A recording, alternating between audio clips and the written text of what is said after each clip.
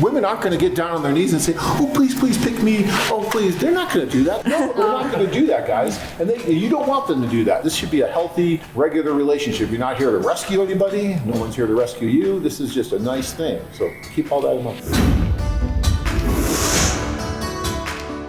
As for the communication, let's speak a little more during the event. I remember I was telling you, ask women about them a lot. That's usually, but also do not interrogate them. Try not to put too much pressure. Let them ask yourself and some questions as well. And sometimes it's not very important to ask very serious questions, even though I told you, have them ready. If you see that that's an important woman, you can ask her, right? Certain very serious things. Tonight you can, but you can ask even just, are you nervous? Just say, oh yeah, I'm also nervous. Have you ever been to this kind of event before? Something very general to start the conversation as well, because it may just be weird. Do you want to have children?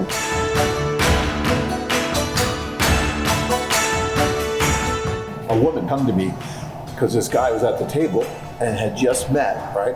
And she comes to me after he leaves. She's like, John, he's asking me all these questions. He wants to know if we're right together. He's telling me he doesn't have much time, and he needs to know now if I can actually marry him. Like if I'd be open to marrying him. And I just met him, and she's freaking out. And I'm like, okay, just relax. I'll talk to him. I'm like, dude, you have to chill. You can't be asking these women that, I don't have much time. Can you really be with me? Is this going to work? Hey. You just met her. I mean, women want to have a little bit of what's the word? Courtship. Yes, they want you to woo them. It's like, guys, imagine we're meeting and I'm asking you, how much money do you have in your bank account? Right? That's a weird question. I would suggest also, if there's something very important like living on the farm, just tell them that I live on the farm and I really enjoy it. Right? Just tell them what is important for you. Don't put pressure. Do you want to live on the farm? No. You don't want to hear no at the table that much, right? So it's better not to make those kind of questions. Tell them what you want. Oh, I would love to live all the time in the United States. You can ask them if they visited. Tell them about your country if they didn't know. Some of them maybe they have lived there. Some visited. Some maybe never went. So you can sell your country because it's a great country with lots of things. That's why you live there. That's why there are things that you love about it. So tell them those things. But you can ask them if they're open. Of course. Yeah.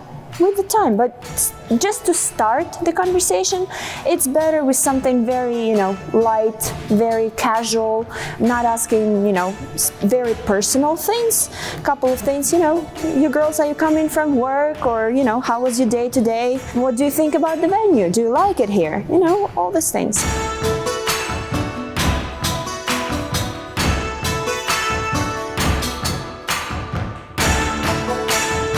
Got that connection, guys. A lot of it is nonverbal. Yeah. A lot of it is body language. A lot of it is eye contact. A lot of it is that look. Because when I went up to Tanya at that social, I saw her from across the room, and I'm like, wow, this woman's beautiful. Oh my gosh. And then I got nervous. Heart starts pounding, palms start sweating. I'm like, shit.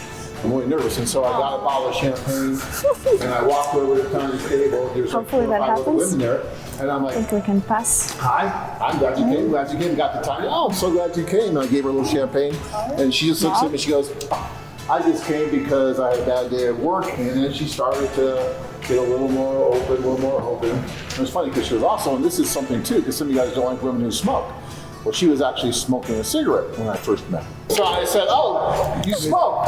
And I go, so my guy, that's too bad. Do you smoke? She goes, no, I don't.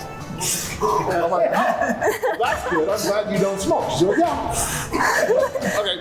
But the thing is, many women will smoke just intermittently, socially, things like that. So if you see someone smoking, don't just assume, oh my God, I can never be with this woman because she smokes. Because if I would have assumed that with Tanya, we would have been together 25 years. That's been now, right? 25 years ago, guys, I met her at a social. This July will be 25 years. We just celebrated our 22nd year anniversary. But I kept coming back, and my gosh, we talked all night after that social. I mean, it was an amazing thing. And I knew that night that we'd get married. So it happens. It can happen. But sometimes the body language speaks much more louder than the verbal language. So when she told me, I'm not interested. I'm just here to this. Some of you guys are coming, John, she's a scammer. She's just here to drink the champagne. She told me.